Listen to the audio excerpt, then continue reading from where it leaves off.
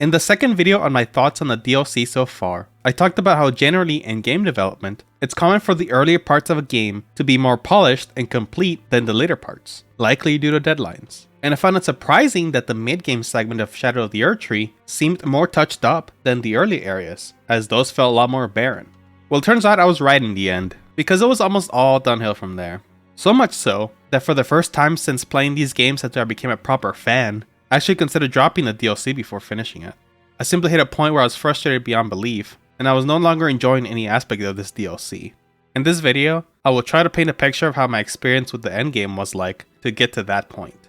And if this is the first one you're watching, just know my entire playthrough was done in New Game Plus 7. We're going to start with the Abyssal Woods because that's what I found first after having beaten Mesmer, which I consider the tail end of the mid-game. But first I do want to quickly mention the Dark Light Catacombs. And so far I've actually been complimented the Catacombs. The first two I had found were amazing and had an interesting idea that was unique from the base game. In my opinion, were done really well. And then I found the Dark Light Catacombs, and it's by far the worst one. There is kind of a unique gimmick in this one as well, basically being that the whole area is very dark. And your goal is more or less to find a lever that will light up the place, that will reveal a lot of secrets that are a lot harder to find in the dark. That's definitely a fine idea in theory, but in execution it was kind of just there. It could have been done better, could have been done worse. Although that third segment with the cannon giant imp was not great. That was definitely a shitty part in general. I was not happy with that part. So it definitely kind of soured the tail end of that experience for me a little bit. And the boss at the end, I'm glad the arena wasn't the usual catacomb one. And it kind of makes sense because you are going into a new area, which is new for catacomb, I believe. The boss itself was fine.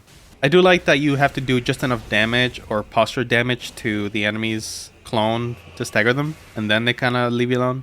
But yeah, overall, it's definitely the worst catacomb, which I do find very frustrating that the one that's the most mandatory, it's still an optional area where I'm going to, the Abyssal Woods, but the one that's mandatory to cross into a whole new zone, which has the last map fragment you probably don't have, it is kind of disappointing that it's the worst one.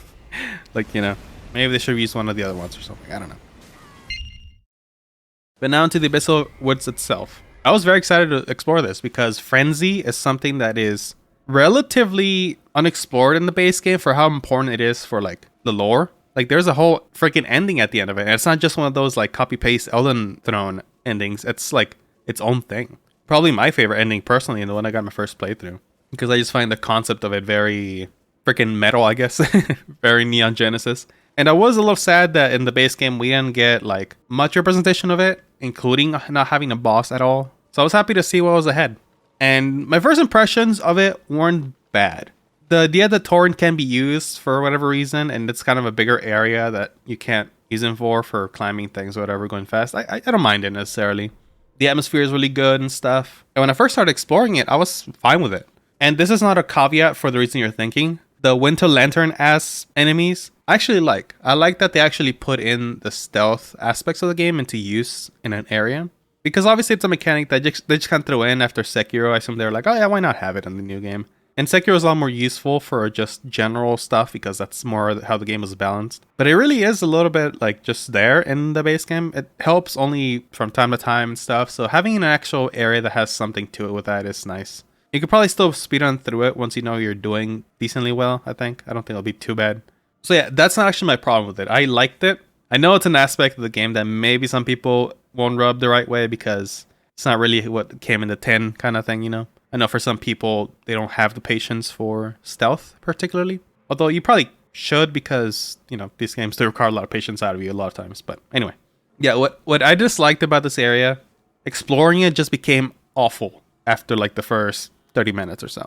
It is a huge area, which again, you can use Torrent, which at first I was okay with, but it definitely can become an issue. And it's so samey all around. A lot of places where you find the loot is like just a raised hill with like a tree usually. And then there's paths around it. Sometimes they'll have items too and stuff like that. But they all look almost the same. It's going to be really hard to keep track of what's what where you explored already. And I find myself probably exploring the same place like 2 or 3 times often. And usually I just want to make sure I don't miss anything because it is a Frenzy area. I love Frenzy in general, even as a mechanic for players. So I definitely wanted to make sure I got everything, which I think I did once I finished the game and looked at all the items I missed. I think I did get everything, thankfully. But man, there was not many like actual unique items or like interesting items there. Thankfully, it doesn't mean if you need one or two of them, you can just kind of go to them. But it wasn't fun to explore the first time for that reason. It was way too big. The areas are too samey to properly remember if you explored a particular segment of it. And definitely it is going to be hard to explore thoroughly when you got the Winter Lantern enemies and stuff. They should have just made the hilltops unreachable entirely, I think. Like they're just little hills you can see from the bottom, but you can't actually reach them. And just have like creepy hallways all around, which should be a lot easier to keep track of and explore overall if the items are below. So somewhat underwhelming so far. It did kind of become tedious to explore at the second hour. By that point I had found the mans, I assume, but you know, still looking around, make sure I got everything. I thought there was gonna be more to it, like an area that I missed or something. Because there's in the map, there's even stuff behind the mans, like to the south of it. But I don't believe you can make it there. But yeah, actually coming to Midra's mans, aesthetically and stuff like that, it's a really cool area. I do like the layout of it. The enemy variety there was kind of lacking. I also wasn't sure why there was those bird people there. That was kind of excessive. It sounds like they were summoned or something, but yeah. And then the ones that are more unique to the frenzy is like, okay, that's fine. Those probably belong there. I actually haven't talked about much of the enemy variety in general. There is quite a bit that is nice, I guess. I can't exactly complain, but they definitely reused the like just shadow enemy format a lot, and it's kind of meh. A lot of the enemies in the DLC are annoying to fight, like the Curse Blade or whatever the hell they're called. The people that come out of the pots, in theory, are fine, and some of the variants are okay, but the ones that scream in one particular dungeon were genuinely awful. I actually don't know how you're supposed to avoid taking hits from them when you're caught in a certain like angle or stuff, or how to see it coming. It was very unfair, I thought, which was like I'll go as far to say that a lot of enemies are shitty, but not that they were unfair per se. That one was just unfair. I did not love that. And in Enigma plus 7, it did a lot of damage, so there's that. Anyway, let's go back to the mans. Yeah, maybe not necessarily too much to comment on enemies. They're fine. What bothered me a lot about this area was the fact that there were shortcuts in this level. Really good shortcuts, I would even say. Definitely has some like Dark Souls 1 energy kind of thing for the dungeon situation, where it leads back to the first grace. So why the hell did they give you another grace anyway? It's like, I don't understand why they would give you a grace and then give you a way that leads back to the first grace anyway. Like, I don't understand. It makes no sense. I can see how they would be like, oh, a grace, it's always like a sign of relief for people when they see it. Yeah, why don't you just hold on to that thing for like 5 seconds? Like, if you just ignore that one and find your way to the other thing, that's a sense of relief there as well. And it makes it look a lot more clever, because the way it connects, it's clever. I just don't understand when they have graces on top of them. I don't know. It's stupid, I think. It's a very much like a Bloodborne moment. In Bloodborne, there's a way that you loop back to the very first level from like around the mid game and stuff. And it's such a cool moment and stuff, but it doesn't ultimately add to anything. It's not like in Dark Souls 1 where you come back to the Firelink from the parish and stuff. Like, it's nowhere near that moment because you can warp from anywhere. I have a theory that I don't know if I've ever talked about publicly. I think in Bloodborne they might have originally wanted to not have warping outside of maybe the Hunter's Dream. And that's why it connects kind of like that. Like, I do know it unlocks a new area, but it could have easily been done with a key or something, so I don't think it's necessary like that. I think they initially wanted to do that, and maybe they went back on it later on and just decided to make lamps warpable and stuff like that right off the gate. I don't know, just a little theory I had. Yeah, it was very annoying. Like, it's not... Well, it is a little disappointing too, but it's not a deal breaker, I guess. It's just kind of silly. A silly thing to do, and I don't get it. But something I didn't find silly was the boss. Miquella, Lord of the Frenzied Flame. So, when I first saw it and I first got to it, I was like, oh, there's this little guy who I need to fight. I assume before the actual boss comes out. And I understand that it's kind of the actual boss too, but I was like, okay, I did it. I got to the actual boss, I was like, okay. Like, I did remember this guy from the trailer, so I didn't expect him to be a frenzy boss per se. Maybe I should have looked into it more or thought about it more. Right away, I was hit with a bunch of delayed attacks, and I was like, ugh, again, here it goes again. Like, every boss fight has to have delayed attacks and stuff in this game. It's tiring. It's just not fun at this point.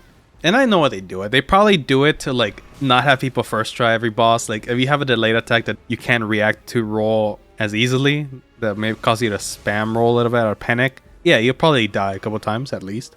But once that's done, what's left?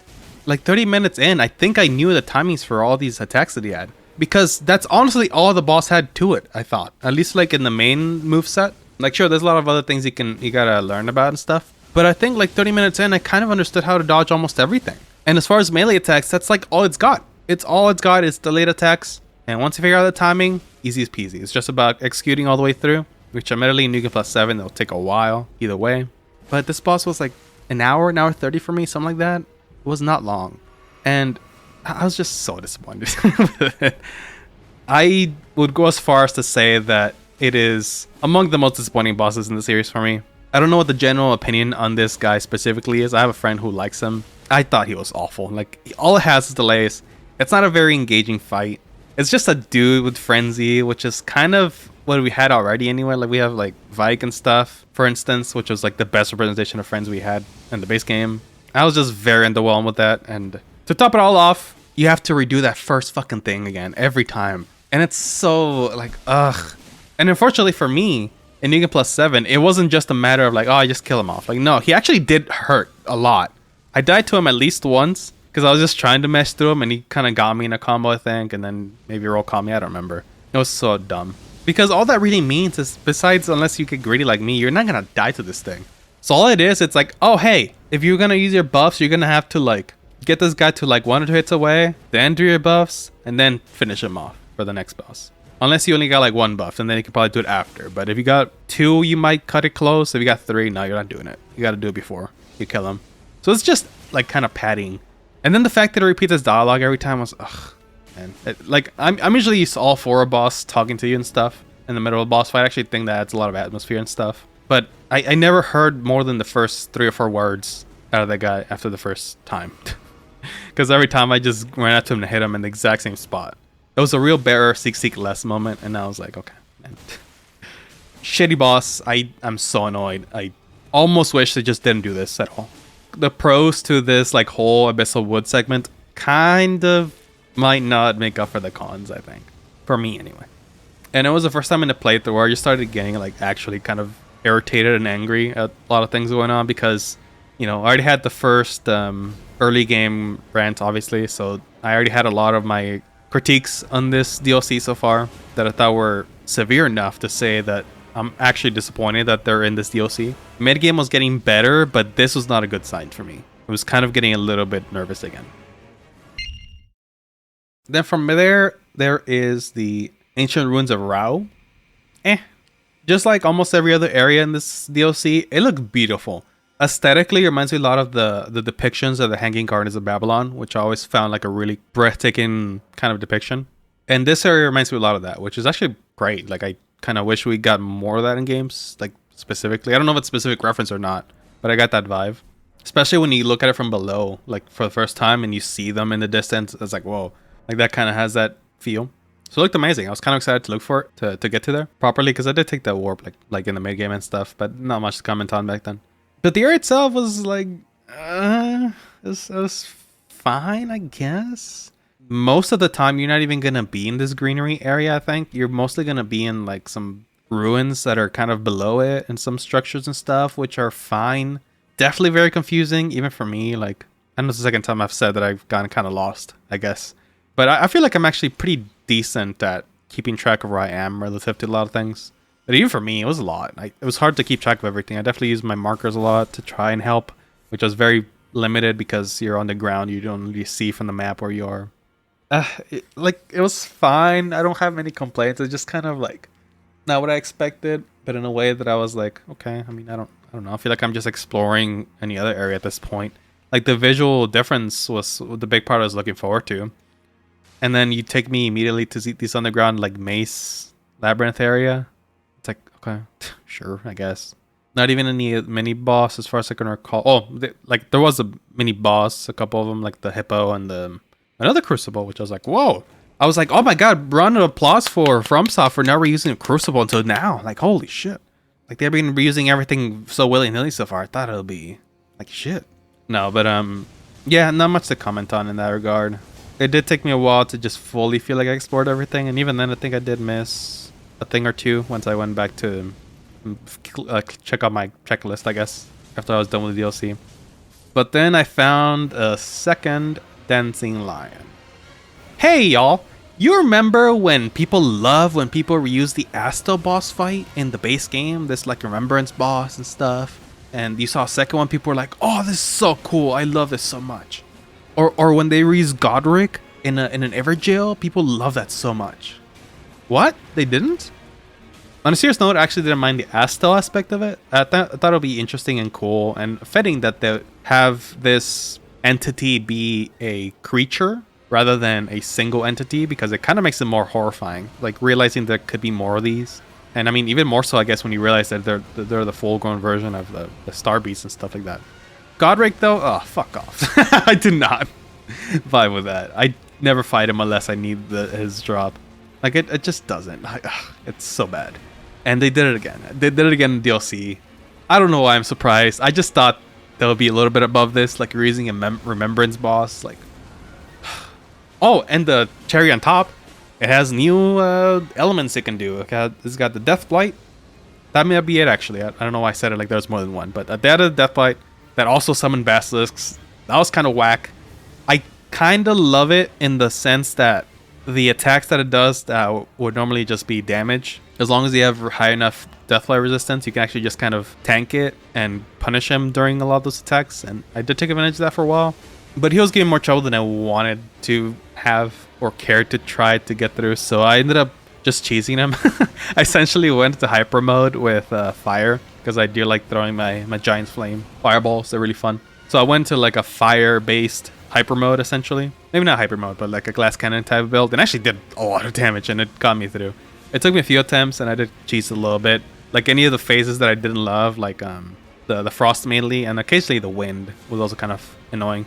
If they got that, I just kind of ran away and lost the aggro for a bit, and then just let myself regen some mana. Ugh, I didn't care though. Like I already mentioned this with I don't think I had to mention it at the time because it was the first video, but when they reused the Deathbird and Cerulean Coast, I cheesed the shit out of that. I did not care. Kind of similar in this case. Like I didn't hate the Denting Line the first time. Don't know if I care to fight it again.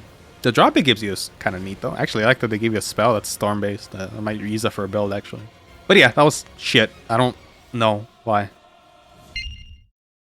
But Romina, the Saint of the Bud, I think was the title. Actually a cool boss. I was surprised how little damage it did to me, like at that point. Like I think I did have like 15 or something blessing level, but it didn't fucking like two-shot me. Oh my god, this is refreshing, and I can actually kind of learn it. Oh my god. Now that I think about it, maybe that's makes sense, because the only mandatory bosses, purely mandatory, are Mesmer and this one, Romina. Orlana kind of is, but not really. You can make your way around it, so you don't have to beat it. That one hurt a lot too, though, so like I think they are treating it slightly as optional in some regards. Like, not that because they're mandatory they're gonna be weaker per se or anything. I'm just saying from a level design standpoint, like optional content should probably overall, especially the later stage ones like Bayle, should be harder than the mandatory boss. I mean, kind of. I mean, we'll get to it later, but it should be. So I'm trying to say, like, it makes sense. Lore wise or whatever, maybe not so much, but like from a game design standpoint, it makes sense that an optional challenge will be harder than the hardest mandatory challenge. Good old Matthew Mitosis quote for you right there. But yeah, no, the boss is cool. I liked it a lot. Visually, it's really cool. My main gripe with it is that the camera lock-on was too low, because the two ends that aren't her face also have telegraphs when they're about to attack. But on occasion, they can be just off screen, a little bit to the top of the screen, cut off. And like you can still see it, but it definitely would be a lot better if you can just fully see it move. So I do think the lock-on should have been a little bit higher. I think there is a little bit of leeway. You could have locked it onto her head, or maybe lower the camera a little bit from your character. Maybe that's too much, the last part, but I don't know. Like it could have been better, I think. Still far from the worst lock-on shit in this game, this series, honestly. After Bloodborne, the camera stuff got really bad. But yeah, no, I don't have any complaints. I thought it was a cool fight. I don't know if I learned it like that well and kind of just made it my way through it, even if Negan plus 7. Like there's still a lot of moments like that in the DLC, even for a high level playthrough like mine. As long as you get one shot, in a lot of cases, you can still kind of semi-brute force. Like I didn't brute force it. It still took me a while, but not that long. I want to say like 45 minutes or something. And yeah, I liked it. I don't know. I don't got much else to say about it. So let's just go to the next area, which is Enir-Elim. This area was... The dungeon itself was extremely underwhelming. Visually, even... I mean, I already mentioned earlier in the first video that I thought Ballarat was kind of very like standard visually. Like I didn't like it looked kind of similar to Ring City to me, you know, like it wasn't visually that appealing or that different from the series. So I didn't find it that cool visually even, which is like that's almost the only thing some of these areas have. So even that was kind of that. But the actual dungeon itself, super short in retrospect. The main thing that keeps you from progressing fast is just the very obnoxious enemies there. But I like thinking about it back, it didn't take that long to get through. I think like even once going through the footage to see the stuff, I realized, oh, I was only here for like an hour, like tops. Level design wise, not a lot going on, not a lot of shortcuts. It definitely goes for the grace method instead of shortcuts, which like okay, sure. They've kind of just been heading more towards that direction in the last couple games anyway, but didn't help, that's for sure. And yeah, there just wasn't a lot to write home about to me. So it was just kind of there. Like I don't know. Like to me, it was so underwhelming that it made the last few dungeons, like Shadowkeep and Ballarat, seem better in retrospect, but they weren't great, honestly. So it's just overall okay. Let me lay this out. In a previous part, I mentioned that to me, I'm a sum of the parts guy for this series. And I explained it in the sense that a lot of people play these games for the bosses and stuff like that. And to me, I don't have a specific thing I play these games for. I just play it for everything. I enjoy every single aspect of it. So let's break down that a little bit more, for me personally. So yeah, I do like the bosses, obviously. Like, it is part of the reasons I like playing these games a lot of the time. But I also really like the level design. I like exploring. I like the PvP. I guess by proxy, I do also like the co-op systems and stuff, even though something like Seamless would be more fun if it was just kind of integrated into the game. I like the lore aspect of it. They could still use a little bit more story, the games. Like, I understand that story and lore are not the same thing. And I think I would still prefer lore being a focus rather than story. But it wouldn't hurt to get a little bit more in there. Like, I don't think it fits these games to have such a, like, cutscene heavy story-based game or anything of the sort. But, like, Sekiro had a decent amount of story, actually. And it still fit really well.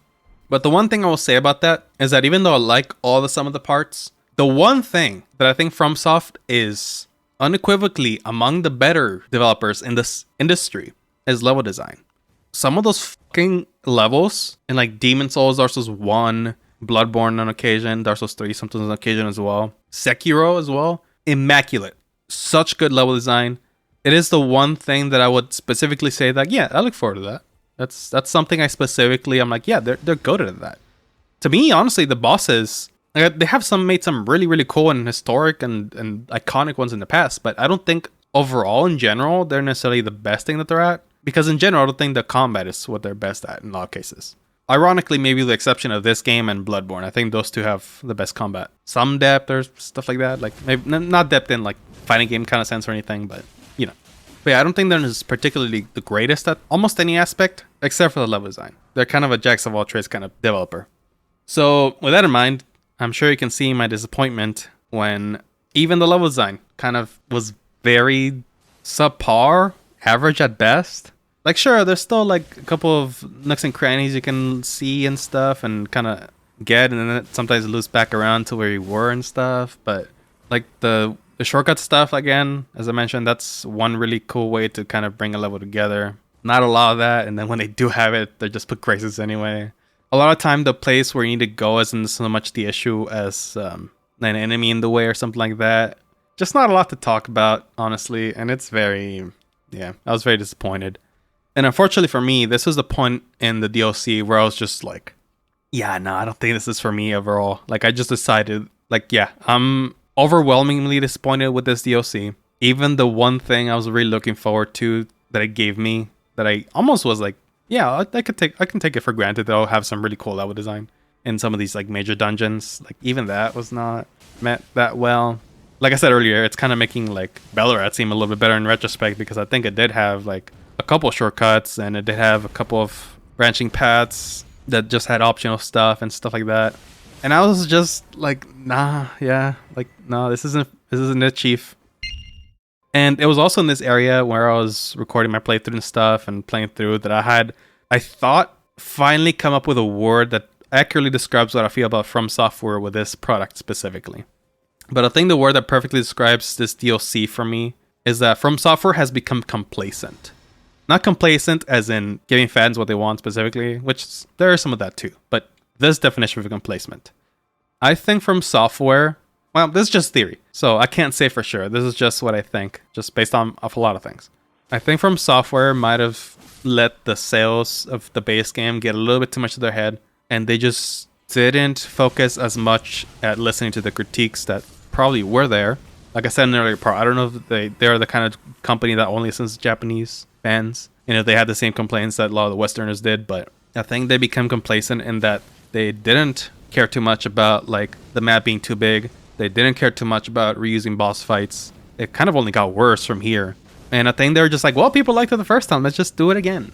That's one option. Another option, I think, is maybe the deadlines were more brutal than they could handle. I don't really know if expansions like this have a similar kind of deadline to like a base game will have. Because Elden Ring, even though a lot of people could read tea leaves and say, oh, this is probably going to be really successful. I mean, shit, this is taking all over social media when like a new announcement comes or whatever, like before it came out. And people can probably predict it's going to be the most successful one so far. Like, I imagine Bandai was a little nervous about it because it's not Dark Souls. But once it actually happened, like, I'm sure they were happy. So my question is, would Bandai not allow them to work on this as long as they need to? My thought would be yes. Maybe. I guess there is a little bit of the fiscal period thing like that. But man, Elden Ring still sold a shit ton, like, just over the last 2 years. Like, I don't know. Like, I guess it is possible. I don't think it above Bandai Namco specifically. But I almost do feel that sense of complacement, though, either way, because I just cannot believe that FromSoft didn't know that this was a major critique and did not in hindsight realize, yeah, maybe we kind of should have reused a lot of these bosses and stuff in the base game. And if you happen to be here for the first time to this video and now watch my first two on the DLC, I want to reiterate a point to make this a little more clear. The DLCs oftentimes have been a way for FromSoft to kind of remedy or learn from the base game in some regards. My favorite example is Dark Souls 3 with hidden health bars. Basically, in Dark Souls 3 started becoming an issue where hidden health bars were kind of overused and made it a little difficult to kind of measure where you are in a boss fight. Because one important aspect of these boss fights in these games is that you kind of want to distribute your healing across the entire fight. So if you use too many in the beginning, you know you're fucked, basically. Unless you just clutch a win. But like 99% of the times, you're just not going to do it, right? So from a level design standpoint, if someone is stuck in a boss and they just barely beat it, they kill the health bar and then they have another one come up, then it's just like sure, the shock factor is there and that could be a valuable thing to capture from time to time. But overall, it is kind of detrimental to this idea or this manner of thing. It's almost too punishing, I would say, for a series that, believe it or not, for the most part, I think are really fair. Like, they're difficult, but they're a lot of times fair.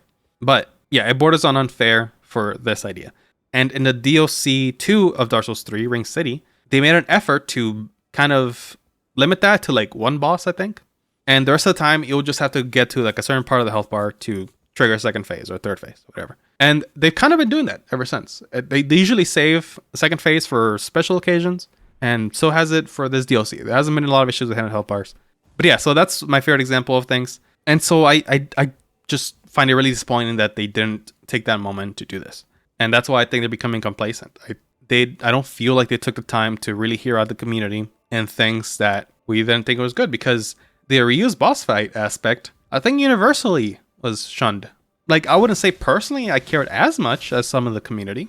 To some degree, I understand why they did it in a lot of cases. But I do find it unacceptable that they kind of did that in a similar way for an expansion that costs $40, more for almost everyone else in the planet. I do find that kind of unacceptable in some regards. And the map thing, like, that's a little bit more contentious. Some people are fine. They don't care. Good for you. That's the case.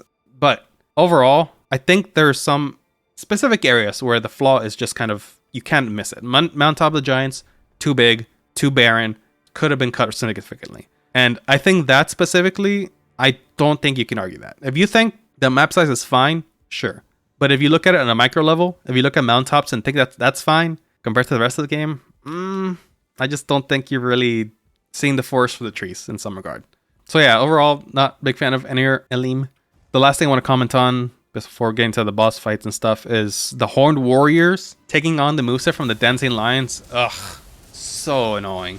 I already didn't love that to fight another Dancing Lion and want to complete the content. And then they give this shit to some random enemies that are already kind of brutal. Like, maybe not unfair or anything, but I mean, a little bit samey. Like, as I've said, like a lot of enemies with like really fast movesets, some with delayed attacks. It just feels very samey at this rate. I'm tired of it. And then adding on top of that this weather element of it that makes it even worse. The Froststone was so fucking horseshit, actually. Like, are you kidding me? This guy will do like a buff attack and start swinging at you, but he has a frost cloak around them. At first when I saw it, I was like, okay, I'll probably just have to leave from the point of origin of that attack. No, it fucking tracks them. So not only are you trying to avoid his attacks, you need to be really fucking careful not to get frosted, which does damage, I remind you. And then you can't punish back because, you know, you're just going to get frosted unless you have insanely high frost resist, which I guess, but that shit builds up really fast. I did not love it. And only one of them, I think, gave you a reward, really. Like the one that drops the actual sword, and that's towards the end. And not even just those. Those weren't the only shitty enemies either. The casters, guys, who are just a fucking T-posing, praying, whatever, that cast a shit ton of those like rings that spawn on you. How are you supposed to avoid those? Like, I tried both running away and rolling, like kind of spamming rolly and stuff like that. I still usually got clipped and stuff, and actually did a lot of damage to me. You have to be really careful not to die. And sure, whenever you get to them, like they don't move or anything, so that's their weakness. But I don't know if it's worth it. Like, but I mean, I don't even know if I died to them. I just thought it was very mean. So yeah, I guess. But then we get to the Leda gang fight, the one where she kind of blocks your way and you can't get past it. So it kind of is a boss fight, even though it's not really. But she has a fight where she summons all her compatriots who actually kind of stuck to her goals and stuff like that. I'll be honest, and I'll confess that I kind of helped her throughout the quest line, even though there's a lot of red flags. Like, there's the fact that they give you her sign to be the red sign is kind of like a, I don't know about that. But I also didn't want to kill her. Maybe I should just ignore the summon signs, but I didn't want to see what happened, you know? So I ended up helping her all the way through. Which actually, it makes me think, can you actually just kill her before that encounter? Or kill all the NPCs before the encounter? That would probably save a lot of people a headache. That's actually not bad if so. But, I mean, I guess that depends on the player. But anyway, so that's me confessing that. And as a result, because I did help her, I only had one summon sign. That Bleed Bro, which I don't even think is in the actual DLC. So that's probably just a pity one. Like, oh, you did her quest line. Oh, poor you. Here's one guy. And maybe I deserve it, but... oh, gee, thanks, Leda. Thanks. You're welcome for killing all those people, by the way. Yeah, you're so welcome. Now I'm getting ganked by 3 people at once, but it's like 5 total. Ugh. Like, I do like the concept of this. I do like almost the idea of 2 factions fighting each other kind of thing. But I couldn't enjoy it fully because I didn't have... Like, I assume what happens is that you can summon Hornsand, you can summon Albach, and they'll help you out in the fight. And that'll be great. I would love that, actually. I'm definitely... well, we'll talk about replays later, but... Like, I could be interested in seeing that later. Yeah, for me, it was kind of brutal. Like, Negan plus 7. Like I said earlier, I'm a PvPer, so I do know my way around some NPC fights. But, like, specifically Freya was brutal because I mostly use dex weapons, and they can just kind of poise through a lot of my shit. So I do need to be very careful where I land my hits. And they can just follow up a lot. You know, they technically don't have any stamina limit or mana limit as far as I know.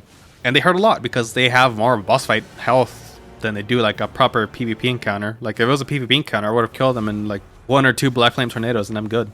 But no, they juggled me around a lot. I did try to get them with status element and stuff. It seems that most of them are immune to rot, except for Dane. I think might be the only one that is vulnerable to rot. I don't know about Leda. I didn't even get to try on her, I don't think. Usually by that point I'm just running for my life. What I ended up doing was I gave myself like healing spells, but for allies. And I try to just keep the blood guy alive as long as I can. And if I could, I would get like cheese hits in, like as they're trying to pay attention to him. So I get like a Black Flame Tornado off or backstab, and then a Black Flame Tornado or something. I ended up respecing for the first time in this playthrough to just give myself a shit ton of mana, and started just spamming the shit out of a lot of spells and stuff. And because you also have your flask cut in half because it's counted as a PvP encounter thing. So that's even more brutal with that. Like, if I had my full flask, I think it would have been done in like half the time, maybe. I don't know how this stands in New Game, and especially without allies, but I mean, I guess we'll maybe see eventually. So eventually, I did get very lucky, around an hour and a half in, and I was able to just kind of not get killed. I think I cast a lot of Lord's Divine Fortification because Dane hurts a lot with his Discus. It was ridiculous, man. And I was able to just kind of like survive that, but also cheese him a little bit. Like, I just waited until... Because by this point, the blood guy was dead. Like, even though I did the spell things, he definitely still died. I don't think it helps him that much, if at all. But eventually I got into a rhythm where I could kind of bait them to come at me at the same time, and hopefully they don't do range. But even if they did, I did have Lord's Divine, so they didn't hurt as much with range as they could have. But I got into a good chain where I could stun lock them on Black Rim Tornado, and sometimes a couple times. And it helped a lot, so I wasn't stuck as long as I thought I was, thankfully. Note to self, don't help Radahn next time. If there is a next time. But then yeah, after that is the big show. I would sing his theme song as a part of the bit, but I actually didn't watch SmackDown. Anyway, yeah, turns out Radahn. So the lore wise, it started to make more sense that Radahn would get resurrected. Like I eventually picked up on that, I suppose. I thought Mohg was gonna be resurrected too, but no, I guess the idea is that he used Mohg's body as a vessel to revive Radahn's soul, and even more so in its prime, rather than, you know, kind of like when he was after Melania's battle. But he does look like Radahn. That doesn't look like Mohg at all. Like I thought maybe they were by both for the DLC. I was wrong, obviously. But he still did have one formless mother attack, which I thought was a little strange. But anyway, yeah, here's Radahn in the flesh. I wasn't particularly spoiled by this, but I did see it trending on Twitter, and I was like, wait a second. So once I realized the lore aspect of it, that Radahn might come back, I was like, oh, so that's probably a boss. Did I expect it to be the last boss? At the time, I wasn't sure. I thought what was going to happen is maybe you kill Radahn thing, and then you actually fight Miquella in some other way after that. We'll get to that. And just for context, I'll say right now off the bat that I went to it with Scadutree Blessing level 17. So I was only missing 9 fragments. And so far I found everything naturally on my own. But the thing that you should probably know by now is that the areas I haven't mentioned so far, I hadn't found yet. I thought maybe after you beat this, you look back to that Scaduview like tower thing. Like I wasn't sure what that was about. I thought that's where the last boss was going to be. We'll get to that shortly. So the idea that a boss fight or a guy in the lore was brought back in his prime is not new. It was done at least once in Sekiro. I guess spoilers if you care about that, you haven't played it or whatever. You actually get to fight Ishin in his prime, which I think in that game it fits really well because it is like a samurai kind of game where sword fighting is really important. So getting some guy to fight in his prime, maybe even above his prime, because he's kind of a weird hell guy, I thought it fit a lot. But admittedly, I don't know if it fits this series or this game specifically. Like I don't think it fit Dark Souls, and I don't think you saw it in Dark Souls at all. Bloodborne, you kind of didn't either. Like you kind of got to fight Maria, presumably more in her prime than when she died or whatever, but she's also kind of corrupted too. So that's kind of a different angle to it at the very least. Ludwig, obviously, you fucking fight in a misshapen form, which maybe is stronger than his human form, but it's not the most majestic thing, is it? But yeah, I don't think it necessarily fits this kind of world necessarily. Like they justify it well enough, I suppose.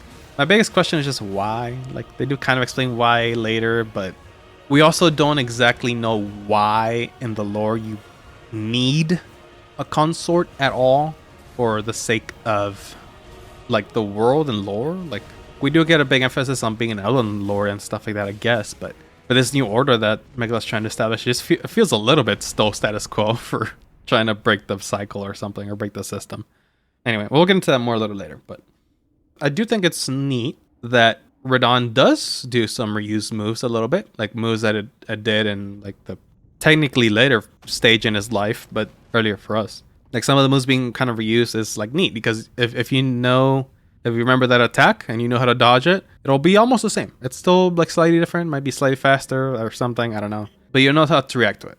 I do also like that one of the attacks you kind of have to react to it differently. Like the one where it pulls you in specifically. In the original fight, it's really good idea to actually roll into it so you can punish him, if you can get behind him first before he explodes. In this version, it seems to be the opposite. You do not want to do that. It's really brutal, especially in phase 2, to get pulled in by that. So you want to avoid it by going backwards if you can, or just staying away or whatever. Still, even if you get pulled in, somewhat reliable to dodge it in phase 1. I don't entirely know how to do it with mid-roll in phase 2. We'll get to that, I guess. So overall, first impressions, even though I don't know how I felt at the time about bringing back Radahn like this, keep in mind, at the time, I didn't know this was the final boss of the DLC. I was fine with it. I actually kind of thought it was neat. And just based off of phase 1, I didn't seem like it was going to be that hard of a fight. I thought I would get to it like within 2 hours or something. That I thought that even knowing about phase 2, by the way. But turns out phase 2, the more I did it, the worse I realized it was. I think Miquella joining in kind of ruins the fight. Like, a lot of the attacks are an expansion on the first phase moveset, but it does make them a lot trickier to dodge and have to change your spacing of how you dodge them even before. And sure, that in theory that's fine, but a lot of those pillar lights of attacks do just kind of sometimes just chip you. So personally, I had to stack a lot of holy resistance, and I do mean a lot of holy resistance, to like not just get chipped down really fast. And that's on top of trying to avoid the physical damage too. So I found myself using Lord's Divine Fortification a lot too. Usually I try to cast it after the huge explosion in the beginning, but sometimes you just wouldn't do it. You'll just, you know, you expect an opener for phase 2 and he just wouldn't do it. And I just think that's shit. Like, even if it's like a 90% reliability, it's still fucking obnoxious when in the middle of a boss fight. Like, even if the opener for the beginning of the boss fight, like, okay, sure. I mean, you already got all you want. But say you need a heal or something, or do some setup after the second phase, because it is different enough that you probably would warrant having like Lord's Divine Fortification or something if you can't have it. But say it's worth having a setup change or something, or a buff. That is precious.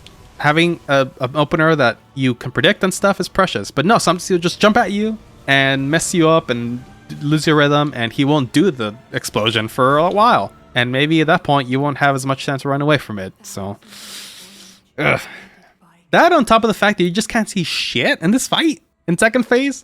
Not only do the Pillars of Light cover a lot of that, Miquella's hair, if you're behind them, it makes it definitely harder to see Radahn's moveset from the front if you use a sidestep attack instead of dodge away. And the blood attack, it was definitely not in phase 1 as well, but it's definitely doubly so in phase 2, and you just have to be a lot more resourceful. And I don't even mind dodging itself, but the fact that Radahn can kind of combo out of it really fast when your vision can be a little bit obscured too is horseshit. And also the attack where it does like the shade clones or whatever, I kind of figure out a way to somewhat consistently dodge them, but it still felt really annoying, and I don't know how you're supposed to learn that in such a high pressure situation. As I mentioned, the Gravitas pull is so much worse in phase 2 because of those shade clones. And it also makes the Meteor attack from phase 1 horseshit too, because you have to anticipate having to deal with one of those. Eventually, I just decided, hey, I'm kind of shooting myself in the knee here by having a Faith build, so I did change it eventually to a freeze/bleed setup. And honestly, that wasn't really helping me out much, even after respecking and stuff like that. And I did around 9 hours total of attempts across 2 different days, mind you, before I kind of just snapped. This was a point where I just thought, do I give a shit enough to beat this guy? Or even... Again, at the time I thought I was having content after. I don't know if there was going to be a harder boss after, so it was definitely very dreadful. But I thought, even if I kill this guy right now, do I want to explore this other couple areas? Do I want to be stuck at another boss for almost 2-digit number of hours? And the answer was almost no. Like, I genuinely have come the closest I ever have in the series to just not caring about finishing content. I still had decided I don't give a shit anymore about this content, so I asked a friend, hey, is this last boss? Yes. I thought that was lame, but a little bit of a relief, because I did not want to be stuck on something even worse than this. I asked them about the areas I had missed. They told me I actually could have gone there. I just missed it, I suppose. So I had that option too, which was, in theory, better, that I could take time to explore elsewhere. Like, normally that is a pro for me and something I encourage people to do if they're stuck in a hard boss and want to, you know, just take their mind off of it for a while, come back, maybe wreck them next time. But at this point, I had been so thorough with the rest of the map that I knew I probably was going to want to do that with these last few areas. And I kind of just didn't want to do that either. I didn't want to explore. I didn't want to fight this guy. I didn't want to play the game. Just period. And the worst part too is that I didn't hate Radahn, like, as a boss fight in itself. I thought it was like a B tier fight, I want to say. But man, the more I went through phase 2, the more I was like, let's take it down a notch. Let's take it down a notch. Let's take it down a notch. Not that I'm going to properly rank these. Like, I honestly don't think y'all want to see my rankings of these bosses. I don't know, maybe it could be funny, but who knows.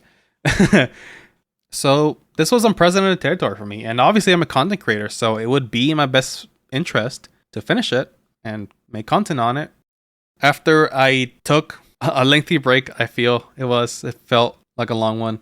I was like, okay, I didn't ask my friend for specifically where the paths lead. The first one I thought of, which wasn't even hinted at, was Morth Ruins, because I do recall the base of that, which at the time it just seemed like you just couldn't make it. I did try like 1 or 2 times, I think. But then I did see that there was a note on like the elevated area, and I was like, oh, maybe there, and I made it. And to my surprise and slight annoyance, that's kind of all I needed to go forward.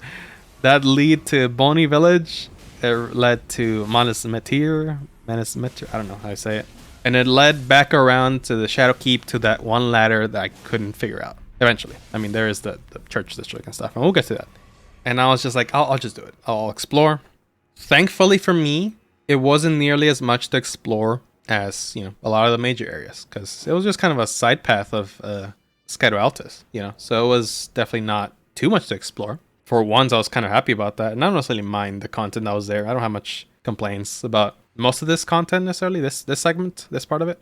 But that's with in mind that this is mid-game, I would consider it. So maybe throw it in the last video instead of this one. I'm not going to give it this endgame compliments for something the mid-game did.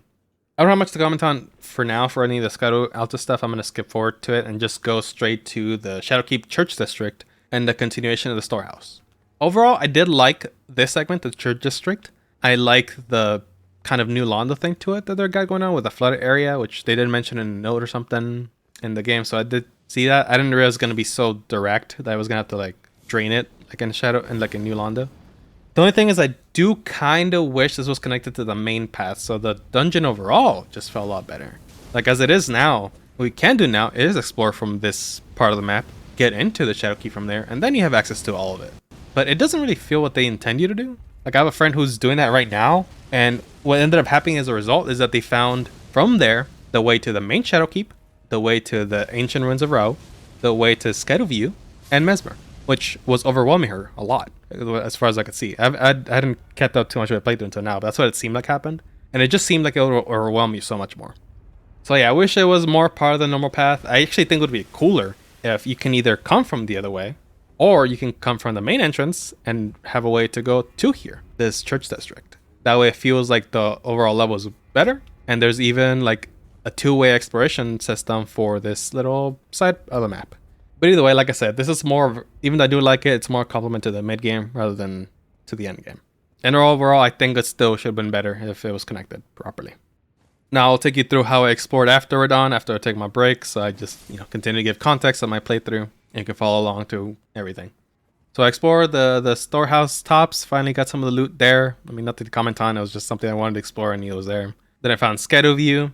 I did took a look at Commander Gaius, but I opted to not fight it at the moment. I didn't want to be stuck on another boss, because admittedly, I had heard rumors about a Gaius. So I was like, okay, not now. I saw the little side path with the fragment.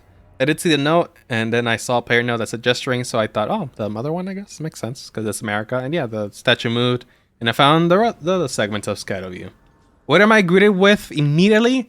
Oh, a tree sentinel. God, I'm so happy I paid $40 for this. I sure as hell wouldn't have another way to fight 2 tree sentinels at once if I wanted to. Shit. Ugh, it's so good. Miyazaki, thank you so much. So with that, the first try, I'm pretty sure.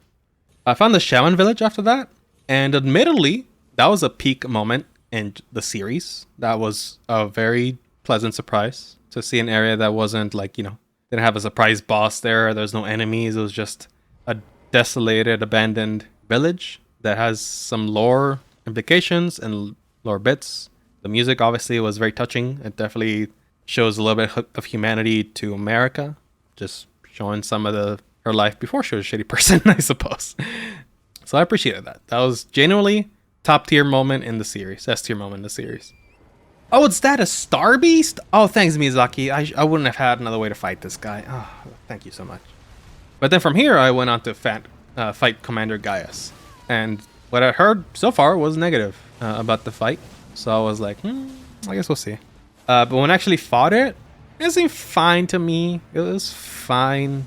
I tried fighting a horseback for a little bit just to see how it is, and it was a little bit fun, I would even say. Horseback combat is pretty shit, so it wasn't sustainable per se. Like, even though I got a little bit deep into the fight with it, I want to say around a quarter of the health left or something, when I would actually actively try to keep Torrent alive with the fruits and stuff. It was definitely not sustainable for me. It was a longer fight, a lot more slower, a lot of kind of running away, running alongside him and stuff, and a lot of healing and things like that. There's a couple attacks that I wanted to be off horseback to dodge well. So even though I had my fun with it, definitely wasn't a good idea to do it on horseback too long, so I did eventually get off foot and try to fight it normally. There's definitely some annoying attacks, but I mean, in the context of the whole game, I didn't find them that bad. Like, the charge is definitely a little bit wonky. Probably not the only one. I mean, the hippo has a similar issue. It's not as punishing. Or actually, no, the charge wasn't that punishing, honestly. It was just kind of annoying. But I did learn a lot of things decently well enough. As far as any specific complaints, like, I don't love that the phase 2 transition attack doesn't always aim straight at you, because then if he just happens to land too far away, you're just going to get hit by the AoE of it, or like the debris after it or something, whatever it is. And it's better to just roll right into it and you can punish him there. It's a really good time to punish. But yeah, I mean, I don't actually have that many complaints outside of that. It was fine. Like, I can see how it's very annoying to people. It's going to be a case-by-case basis for a lot of people. That's how it'd be sometimes. And then I got the Scaduview thing after that. And at this point, I was one fragment off from the full level 20. And at that moment, I was really proud of myself. I was actually really happy with how thorough I was, because that's a good probably indication that you've actually explored pretty well. So the fact that I missed literally only one fragment so far was a testament how thorough I've been.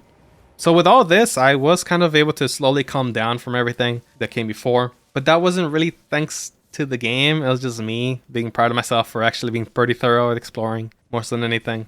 I thought it would be in that little segment between Scaduview and the Chalice, but turns out not when I actually looked at the map. Which, by the way, at this point, like after I had explored everything, I was in full research mode because I still didn't care. But yeah, I mean, the only thing I didn't find was that last fragment, which it turned out it was in Enir-Elim. It was that one that's like in a like a side path that leads to like the glaive, not the glaive, the twin blade. And then the last thing I needed was the path to the Scadutree Avatar. And yeah, it turns out I just missed an elevator or something in that church district. And it wasn't even an area. Like, I thought it might be a smaller area, but not really. Like, what you see in the map is the boss arena. The path to it is very short.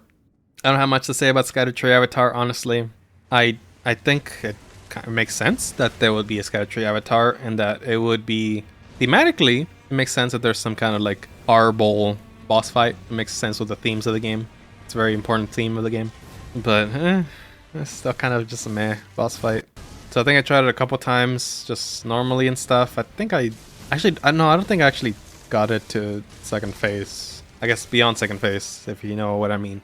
On melee attempts, I ended up just going kind of in the same thing I was with hyper mode with fire, and this time it probably would have worked even better because, you know, there's a tree. I could assume it was a fire weakness boss, and sure enough, if I got in with all my buffs and I got a solid hit into the face of the plant, half health, literally gone. I was very happy. I was like, I'll take it. Fuck that. I don't care right now. I'm already stopped giving a shit. I just went with that. I did kill it, and then eventually found out it has hidden health bars. Speaking of the devil, I mean, it was fine. I didn't like. I couldn't imagine doing this fight normally and seeing that. I would have been so fucking annoyed because it might be a case by case basis, but I do often find myself a little bit aggravated by hidden health bars like that. And I don't think I did as much damage even with a headshot with my fireballs from then on.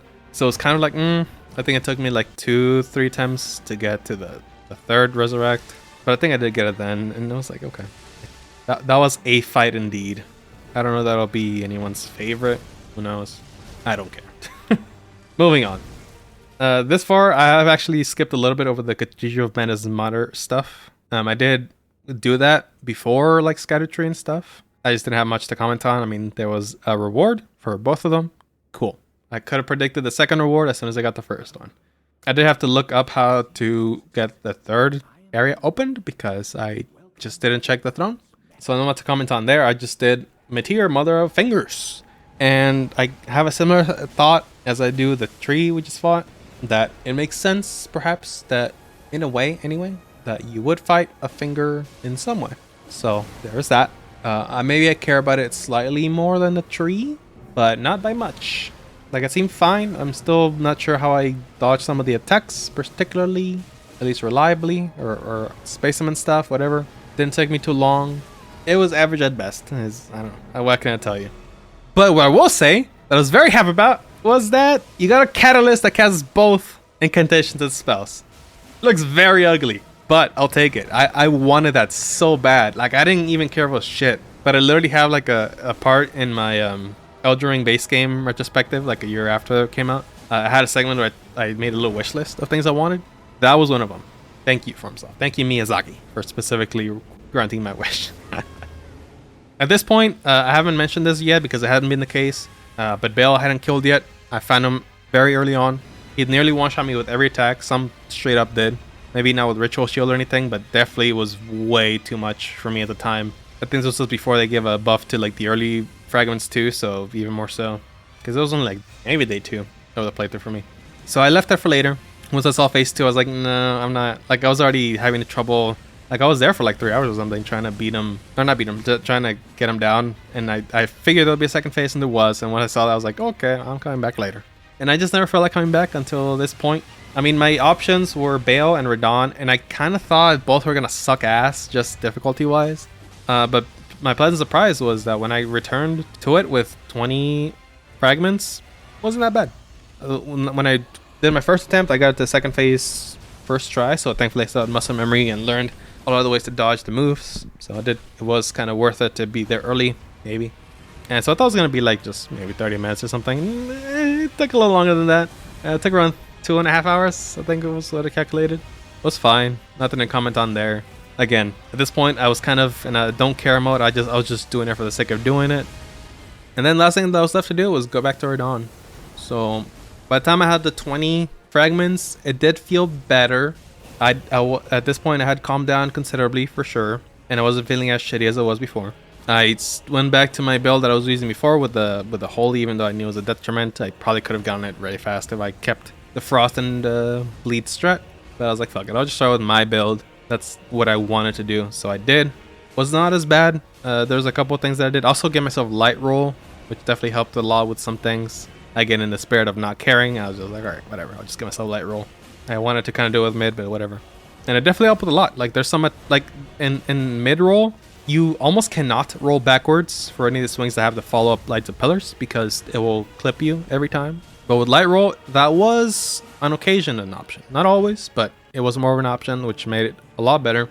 Yeah, I mean, it still took me 3 hours, but I did eventually get this down. So I guess all in all, Radahn took me around half a day to beat in total. Melania in the base game was the longest it took, and took me 6 hours or so, I want to say. And that's why I decided to do this single plus 7, by the way, because I figured, like, yeah, in the base game, the longest was Melania, and that was 6 hours. If that's about as bad as it gets in the DLC, I'll be fine. But joke's on me, I guess. And yeah, one thing I have heard is a lot of people don't like the ending of the DLC, lore-wise or story-wise, whatever you want to call it. Yeah, I can't say I was super on board with all the Miquella stuff so far. I felt like there could be a lot better. Like the Saint Trina stuff I loved, but it's almost like a side note on the whole situation. I did go back to see her afterwards, but yeah, I just have so many questions, and I know that's common in these games. Like, even after getting an expansion, there's usually a lot more questions than answers from the base game. Now, there's a little bit of both for this one, but it left me with questions, not in a good way, I think. Like, like I mentioned earlier, I still don't quite understand what the reasoning for Radahn is. Like, why does every order have to have a god figure and then a consort of some sort, you know? Like, in the Elden Throne endings and stuff, you're kind of keeping the status quo, right? So it kind of makes sense that you would just kind of do it. And I know that in the Ranni ending, you kind of become a consort, but that doesn't feel like a major point of... Although I guess there is that whole ring aspect, so maybe not. Maybe there is. Maybe it is part of, like, important to the lore. I guess I just don't know why. And a why big enough to be like, hey, I'm gonna resurrect my brother, who I took a liking to because he's very morally upright. And overall, like, I mean, I did compliment the story a little bit for the questlines mostly so far, but admittedly, in retrospect and just seeing the whole picture, I don't know. I just felt like there could be a lot more. Like, the idea that Miquella, well, you do kind of explore this aspect of it, so it's kind of good, but the idea that Miquella is such a powerful, like, hypnotizer is such a good concept, and I love that a lot in just stories. And it is really neat that there actually was a big focus for the NPCs and stuff, but there probably could have been more to it to the actual story. I mean, there's the heart stolen thing, which is love that, obviously. But what else? Like, how are you gonna use this power of yours to get the world under your control? Like obviously it's morally dubious, which I love. But what exactly was your plan? Are you doing like a Madra kind of thing where like you keep everyone under illusion to keep everyone happy? And you will accept, I suppose, the people who were shunned by the Erdtree? Like, think about it now, that actually answers a lot of questions, but I don't know, I feel like it could have been a little bit more explained and stuff. But the most important question is, how are you gonna rule? What was Miquella's tax policy? But yeah, in conclusion, I suppose, I hope you realize how poetic, in a bad way, it is for the last boss of the DLC to be a reused boss of sorts from the base game. It's not great. I don't. It really just lives up the whole experience, doesn't it? And I think the answer for my whole like mindfuck of the mid game being the most developed part is probably the likely explanation is that they worked on the mid game earlier. Perhaps they didn't plan to have the like tower Ballarat at all. Like that segment is kind of optional now that I see it like entirely. I thought you would come back to it in some regards, but no, it kind of is optional as far as I can tell. Maybe I'm missing something because you can come in to the tower from a different angle. The gravesite plane, yeah, it felt like they probably just realized they needed more to connect some things, or maybe they thought of this later, and maybe, I mean, a lot of the southern parts were also not that important and very optional. Like the St. Trina thing, I'm sure they probably would have included that somehow, but maybe that could have made that the south part. But yeah, I'm thinking that they probably didn't want to start you at Scaduview, and that's what happened. Like, obviously, I hope you understand and see that I think the endgame is worse than the beginning, which is, I guess, understandable, but I didn't expect it to be better than the mid game, or I didn't expect the mid game to be better than the early game, so that's what kind of blew my mind. But I think that could be a reasonable explanation. Maybe they just thought they needed a better ease into the DLC, and they developed a lot of these stuff later than the mid game. It would make sense because, I mean, Mesmer was obviously a very important figure of the DLC, even though in the grand scheme of things, he wasn't that important, which is fine. I'm not saying that as a critique. Like, I'm just saying that the poster boy doesn't have to be the most important part of the DLC. Like, for instance, Maria and Ludwig were in the promotional stuff or DLC, but they weren't the final boss. In the Ring City, I don't think we see any bosses besides Demon Princess, and that's like the first boss you find. Stuff like that, right? But I think it is safe to say that they probably developed a lot of the mid-game stuff either alongside or first, rather than the early game, which is, I guess that's a way to do it. But as a result, it ended up leaving a lot of people underwhelmed. And I say that because I have seen and talked to some people that they actually agree with that. And so it's not an unheard of opinion. I'm not the only person in the world who thinks that, at the very least, which is an understatement. We'll get to that a little bit more later. But overall, as I've alluded to when I mentioned the potential replay, I don't think I'm gonna be doing one. I think it should be clear. I don't have much interest in replaying this content at the moment. One thing I said, I think in the first video, was that so far the DLC hadn't given me anything that the base game didn't already, and I stand by that. The only boss fight, or maybe the only two boss fights that I did that I felt actually were fun, were Mesmer and Relana to some degree. But I don't know if Relana is like the S tier, maybe above S tier, that's like, oh, I want to fight that boss. Like, I want to specifically have a save file or something that has that boss alive or anything. Like, mind you, and it's in the series, there's very few that would actively seek out like that. Usually I just like to play the game again if I'm at that point. Mesmer could be on that list, but as I mentioned in my mid-game video, you know, well done FromSoft, you did the bare minimum. Your promotional guy was a good fight. Well done. But yeah, I'm not rushing to a replay of this, which is sad because, I mean, even if it's like kind of like Ashes of Arendelle DLC 1 for DS3, where I thought it was good, but maybe not the best content ever in some regards, like maybe like an A tier, B tier content, like, you know, I still replayed it immediately with all the characters I had, you know, like it was immediate. Like I was on it. I was gonna play that content over and over for a while now. And same with DLC 2. But that one I actually really enjoyed. So I was on it. I had build ideas with some of the new weapons and stuff. I wanted to throw in weapons that I found to older builds I had and stuff like that. And I was hoping it would be that case for this one, and it is. I do have things that I want in the DLC that I will be using for PvP.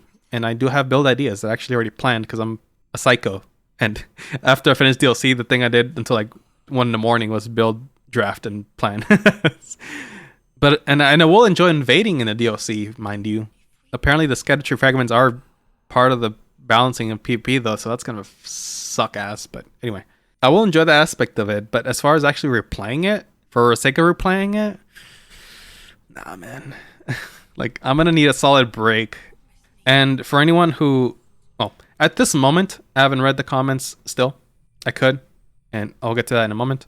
But I'm sure there's a lot of people who have commented and stuff, and I've caught glimpses of sub comments because it's just in your studio homepage. So sometimes I catch a glimpse of it, not really meaning to. I get it. I get that the YouTube game makes it easier to push negativity. But I'm not making this up. I'm not pretending to dislike this content. And I'm a little more concerned about people who just are unable to fathom the idea that this content or that has flaws. I'm more concerned about that than anything. But anyway, I'm not putting this up for the camera or whatever, so to speak. I'm pretty bummed out that I did not like this content. It's not a spot I wanted to be in. Like, Elden Ring wasn't my favorite game, but as I've said, it's still like an A-tier game for me. Like, even the base game, I did enjoy replaying like immediately after. It took me like a month, so I did want a break after I finished my first playthrough. But within a day, I think, I had already started a new one. I didn't know how often I was going to play it, but I knew I liked the spells in the game, so I started a mage character. As flaws, and I think I knew that at the time, I still wasn't sure where I standed in the whole game overall, but I was still willing to replay it, which is something. The fact that I don't want to replay this is a bummer. Like, seriously, it's not where I wanted to be. And even if this video does well overall, I still would have preferred enjoying the content. I'll manage, you know, like, it's not like I'm going to be depressed over here or anything. And I'll still enjoy aspects of the DLC. It's not like I'm going to regret paying for it. But unfortunately, it is content that if, say someone is asking me if it's worth playing the DLC, if I ask them, did you enjoy the base game of Elden Ring? And they give a very lukewarm / bad reaction, I may not recommend it. And that is just insane because, you know, for a lot of these games, the DLC content is among the best. But I can't in good conscience personally recommend this content if you didn't like Elden Ring as a whole. If you did, I'll by all means give it a shot. I'm always the type of person who would tell people to give it a shot. Dark Souls 2 is my least favorite game. Not an uncommon opinion. I still always recommend people try it, at the very least, if they can afford it. But, I mean, the base game is a good indicator without much improvement of whether you like the DLC, I think. And it's sad that I have to say that, but that's kind of my overall thoughts on this DLC. Sorry. If you liked it, I'm genuinely happy for you. I mean it with the bottom of my heart. If you like it, good for you. Don't be a dick, though. People can have differing opinions, and you don't need to be on some crusade against me for having a different opinion on a stupid video game. There's much more important issues out there. But yeah, for the first time ever, the next FromSoft product may not be a day one purchase for me, which is really sad. Alright, so I'm recording this at a separate time because I read the comments. Honestly, was pleasantly surprised. Seems like after all was said and done, and you know, the early comments just kind of rage clicking on the video were out, the top comments seem to be mostly in agreement, or at the very least, were willing to hear me out, which was, you know, I'm fine with that. I don't mind if you disagree as long as you're respectful and, you know, hear me out. So I'm happy about that. It seems like a lot of my opinions are shared by a lot of people. I don't know what percentage of the people it is in the general scheme of things, but I'm glad that some people aren't just, you know, bought in instantly by the hype, because it does feel like some people might be, honestly. So I was going to take a segment to kind of address those comments, but I don't even know that there's actually that much to address, I think. I expected a lot more negativity in general, and it sure was a decent amount. People definitely just thinking I think this for the views and stuff like that, which obviously not. Like, I feel like anyone who actually took a moment to listen to me and stuff like that probably can guess that I wasn't happy that I wasn't enjoying the game. I mean, yes, I made a negative video on it. If you can even call it negative, because in my opinion, I didn't even shit on the game that much in the first video. Like, I was just kind of expressing my disappointment so far, but I didn't say at least too much that it was like outright bad or anything, as far as I can recall. Now, in this video, I might have said something like that more liberally, but I mean, now that I have the full picture, I think I'm more willing to give a more concrete review, because a lot of people are saying that too, that, you know, why would you make a video on this before you even finish the game? But like, some people in the comments like replied, this isn't a review, he's just giving his thoughts so far. And yeah, that's it. I'm just describing my thoughts so far and my fears coming forward, because it wasn't spelling very good things for my taste of things, I guess. But I swear to God, some people are just incapable of imagining a world where people have a differing opinion, and it's not just for clicks or for rage baiting or whatever. It is insane. And in fairness, I don't care to garner that kind of audience myself. I think I said this earlier in another video, and I don't know if I expressed my thought on it too well, but I would prefer to garner an audience that is willing to look at something critically, even if they enjoy it, even if they disliked it. Because I'm personally kind of suspicious of people who just praise something to beyond belief with no critique whatsoever. Not one. I just don't find it honest a lot of the time. Because hey, even my favorite products have issues, you know? Like hell, I've given Dark Souls 3 a lot of praise in the series, especially DLC, but even that has flaws. And it's actually, overall, I think I like DS3 less than Elden Ring. If we include the DLC, maybe that's, you know, that's a different story and stuff like that. Like in both cases, not just this one that I obviously disliked. But even Dark Souls 3, even though I do like the DLCs, I don't know if I would like it more than Elden Ring necessarily. I don't know. That's a little bit too much. I'd prefer rating them kind of individually. But the base games of both, I prefer Elden Ring. I prefer replaying Elden Ring more than Dark Souls 3. But the DLCs, clearly I prefer Ring City at the very least. But Shadows just might be down there now for me. Like, I don't necessarily want to give it like a rating, but it's probably going to be worse for me than Dark Souls 2 DLCs. And I don't like Dark Souls 2 almost at all. But even that has more positives, I think, than negatives overall. Like, individually, all of them kind of do, I think. Which is a mad world I'm living in, but whatever. I guess that's how it is. But yeah, if you just happen to watching so far, I imagine you would at least be willing to hear me out. And I appreciate you for doing so. If you happen to just think I'm being negative for whatever reason, hey, for one, you can like something and not be blinded to it and have critiques. That's a possibility. I know it's unfathomable for some people, but it is true. Because there's even some comments are saying that I clearly don't like Elden Ring overall, so I clearly won't like the DLC. When the very first 30 seconds of that video, I say, I still really enjoy Elden Ring. But if you also clicked on the video, and you didn't even make it that far, I also can't exactly take your critique seriously if you don't hear me out. So, there's that. And just to reiterate something I said in the earlier video, there's a lot of unsubs after the first one, which by now I've kind of gone back after like a week or so, which, you know, so that it's not that bad for me as a net loss. But if people want to do that, they're free to. They have free control over what content they want to see and don't want to see. If they don't necessarily care about my ranting about the DLC, that's fine. So no ill will to anyone who did. More annoyed at the people who are just not willing to hear me out at the very least. And just thought something's wrong with me in particular if you're not liking it. It's just like, okay, Jesus. And I mean, it's not like I disliked even comments that disagreed with me. I gave them a heart. Told them I'm glad you enjoyed it. I wish I could say the same. But yeah, no, thank you overall for anyone who left a comment, sharing their thoughts and stuff like that. It's definitely hard to get through all of them because there was like around 700 comments for an 11,000 Q video at the moment, and that is a lot. I definitely scammed to some of them, but there seems to be a lot of shared opinions in that, yeah, there was a lot of empty space that wasn't used very well. A lot of used bosses are kind of just like, okay. Underwhelmment of a lot of the even new bosses, especially the final one. I saw that the DLC story itself was underwhelming, especially the ending for a lot of people. Some people had issues with the difficulty. I mean, I already said my piece on that, and it's kind of funny because a lot of the comments, especially the early ones, as you can expect, were like the get good comments and stuff like that. When in my video, my first one, the more negative one, I mentioned difficulty like once, maybe twice in a 35-minute video. Was not even the subject of the video. So yeah, it was silly. And yeah, I don't care if you liked it or not. Again, I genuinely am happy if you enjoyed the DLC. I wish I could be there with you. I can't. I'm not happy about it, about the DLC or the fact that I didn't like it. I would prefer to enjoy it so I can have something to play. I guess I'll just go play Paper Mario instead or something. I don't know. I just think people need to realize that if issues, even if you're okay with them or ignore them, no matter how small, if left unchecked, can eventually snowball into true problems. I think a lot of people who like Elden Ring, especially if it's the first FromSoft game, will probably experience the same thing a lot of us are now, where they're not going to like the newer product as much, and they'll see flaws with those, which probably will be a snowball effect from Elden Ring.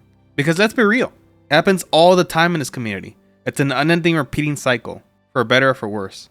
Nearly every game FromSoft puts out gets more sales, so it allows FromSoft to get complacent with things that they shouldn't. Because fans seem to eat up everything anyway. And that includes me. I fully took for granted that I enjoy this DLC. And it's not to say I regret trying it or anything, but I'm more likely gonna hold off at least for some time before buying the next product from them. But yeah, I guess that's the end of the video. I mean, I did consider making videos on the individual areas of the DLC. I don't know if I really can in good conscience, because I think I would like to replay them as well if I did that, and obviously I don't want to do that right now. But I do think I said my piece in most of the areas at least throughout the series. Yeah, who knows? In the future, maybe I'll want to do something like that. I probably will make a callbacks video if you've seen those videos, say the Dark Souls callbacks in Elden Ring base game. Probably do something like that for DLC. I think I'm convinced now because I actually saw someone reply in the comments that they would like to see the Hidden Health Bars videos. Might do that soon. It wouldn't be specifically about DLC, but I probably will bring it up, and that you know, even this DLC didn't use it much, funnily enough. For them not learning a lot, they definitely still kept that lesson, I suppose. But yeah, I mean, a lot of these things, thankfully, I don't have to replay a DLC. I still have the footage from my first playthrough. And besides that, I don't know.